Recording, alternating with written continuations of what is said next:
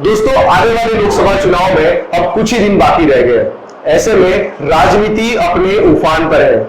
सभी राजनीतिक पार्टियों ने अपने स्टार प्रचारकों को चुनाव प्रचार के लिए मैदान में उतार दिया है। ऐसे में देखना यह है कि कौन सी पार्टी मतदाताओं को अपनी तरफ आकर्षित कर पाएगी और कौन सी पार्टी है जो देश में सत्ता स्थापन कर पाएगी और किसके हाथ में निराशा लगेगी।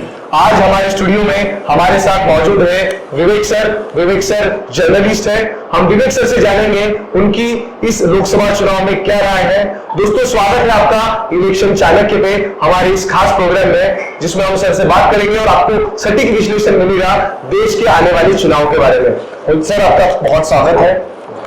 देश में इस बार चुनाव होने वाले हैं और इस बार चुनाव में जो देश की सबसे बड़ी पार्टी बनकर उभर रही है भारतीय जनता पार्टी, जिसके प्रधानमंत्री नरेंद्र मोदी इस बार फिर से अगर चुनाव जीतते हैं तो वो तीसरी बार देश के प्रधानमंत्री बन जाएंगे।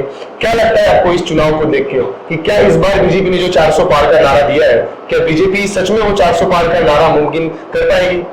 देखिए, अभी तक चुनाव अपने शुरुआती स्टेज में है, ठीक है। ऐसा दिख रहा है कि जो पिछली सरकार, यानी कि आपने जिसका नाम लिया पार्टी का, उसकी कुछ नीतियां हैं और उसने धरातल पे काम किया है, दिख रहा है। ऐसा पब्लिक में अभी तक फीडबैक है, ठीक है।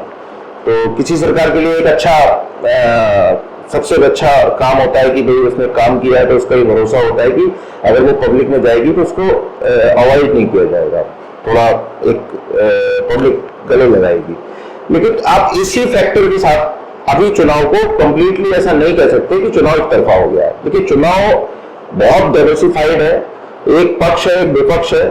हाँ, इतना जरूर है कि अभी जो दिख रहा है एक नैरेटिव सेट होने की कोशिश हो रही है कि विपक्ष है ही नहीं, लेकिन कहीं भी जाएंगे तो 4 अच्छी बात करने वाले हैं तो 4 बुरी बात करने वाले हैं और 2 न्यूट्रल भी है, ठीक है।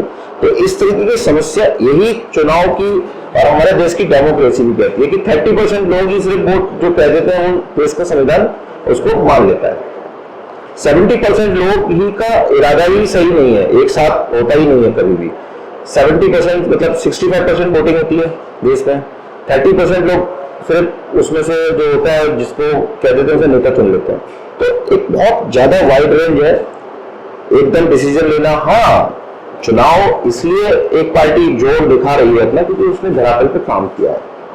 तो एक हर जगह परसेप्शन क्रिएट होती है और चुनाव किसी तरीके से भी कहो, एक परसेप्शन का खेल तो बहुत बड़ा है। जब आपको परसेप्शन किसी चीज की आप सेट कर देते हो तो 70% लोग ये मानते हैं कि चुनाव जो है 60% और 40% का रेशियो होता है। तो 60% परसेप्शन पे, जिसको हम लोग कभी कह देते हैं कि आंधी आ रही है, हवा आ रही है, तो ये है एक अच्छी बात, क्योंकि जो